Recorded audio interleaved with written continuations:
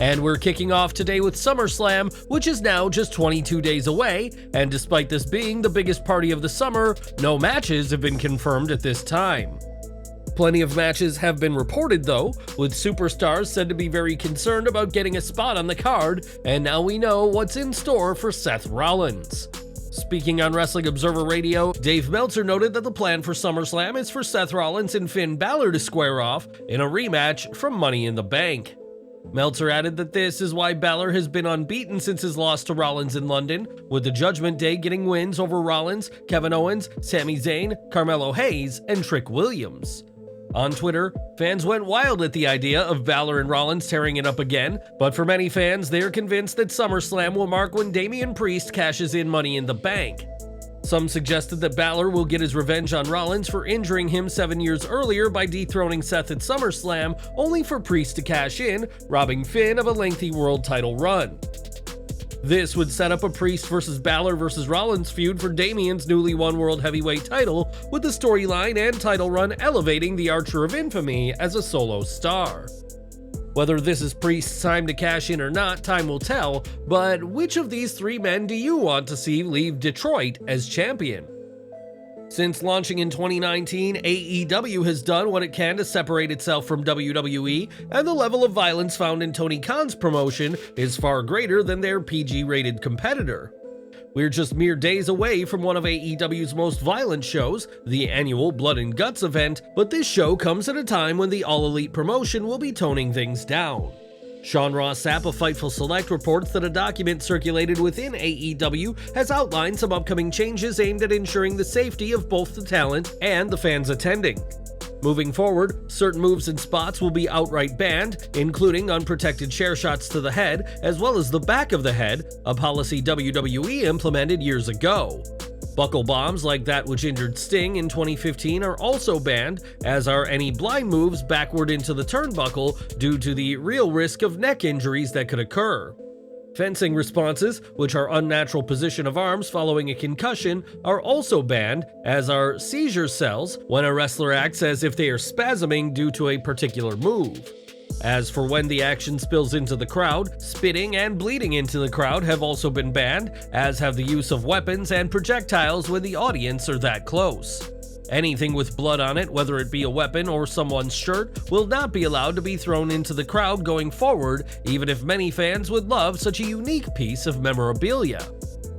The taking of food and drink, like we saw with MJF at Revolution this year, won't be happening anymore either, and physical contact with the crowd is also prohibited. These rules will affect the offense of a few wrestlers, but it's largely buckle bombs and similar attacks that are the main moves that won't be allowed. This rule prohibiting interaction between wrestlers and fans will come as bad news to some, as MJF has never been afraid to get physical with fans, even slapping one during a June episode of Dynamite. As for the seizure cells, Bryan Danielson will be affected by this rule, as he has utilized this kind of cell in the past, which always works to get fans concerned given his history of neck issues.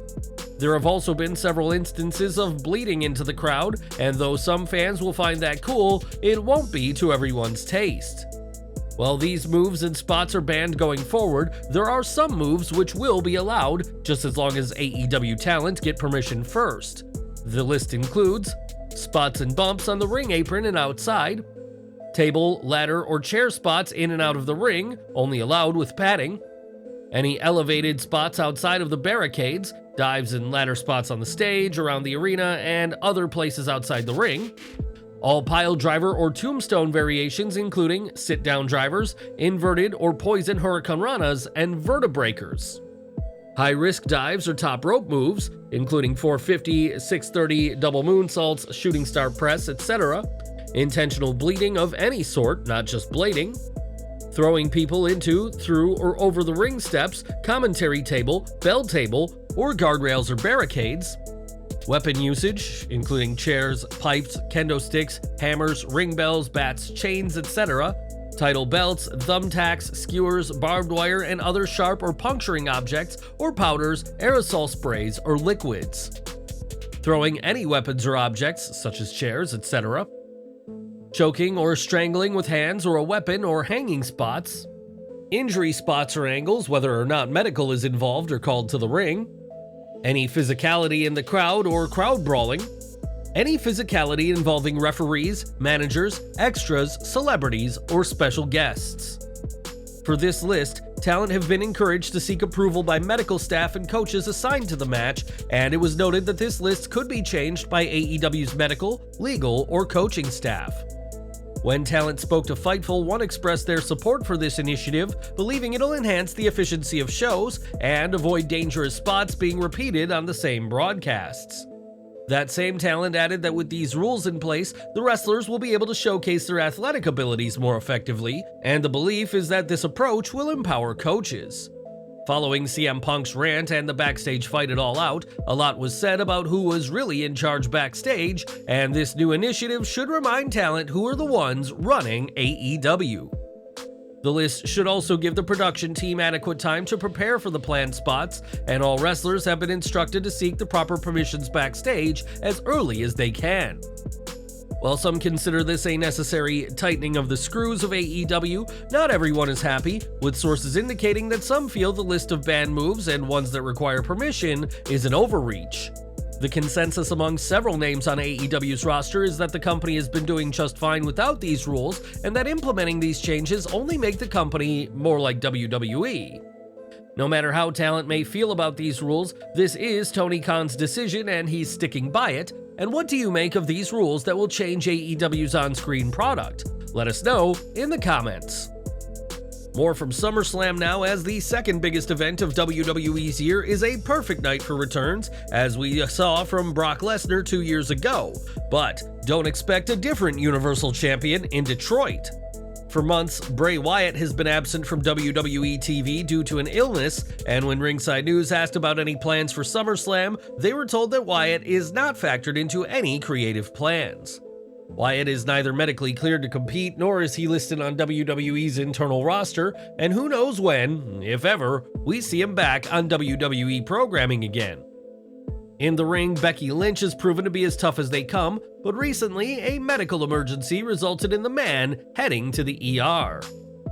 Speaking to USA Today, Lynch revealed that when she landed in London for Money in the Bank, she had to get a cyst removed, and she had to have the removal surgery redone last Friday back in the States. When Lynch showed up to Raw this week, she was not medically cleared and pulled from the show, only to be re-added to the show and re-cleared shortly after. And we hope that the man won't have to deal with this cyst anymore.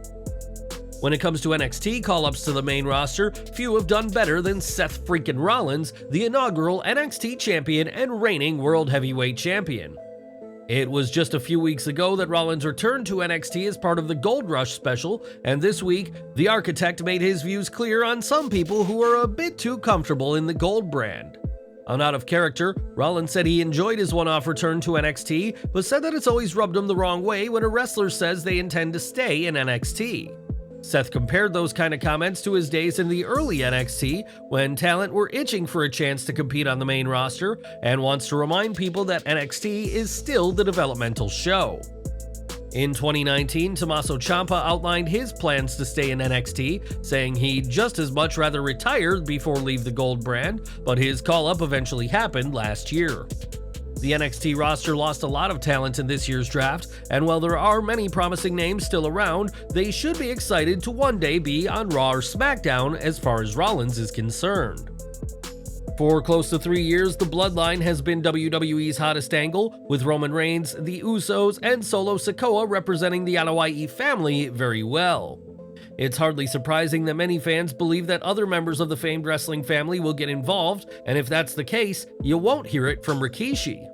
When the father of Jimmy, Jay, and Solo was asked about possibly appearing in the Bloodline storyline, Rikishi said that he had to go silent on that question, adding another layer of intrigue to this incredibly popular angle.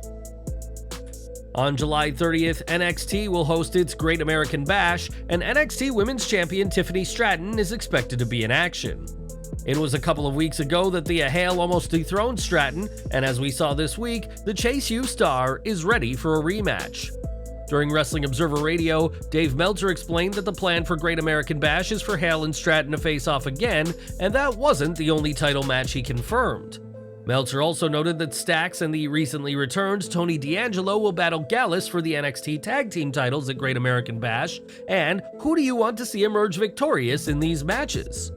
And we're ending with LA Knight, one of the most popular WWE superstars today, and for the former Eli Drake, being the top star in the company has been a dream for a long time. In old footage that went viral this week, a teenage Knight can be seen doing an impression of Hulk Hogan, complete with ripping his shirt to Hogan's theme song. As popular as Knight is, it's unlikely he'll ever be as big as the Hulkster was in his day, but it goes to show that being a WWE top star has been a dream for Knight for a very long time.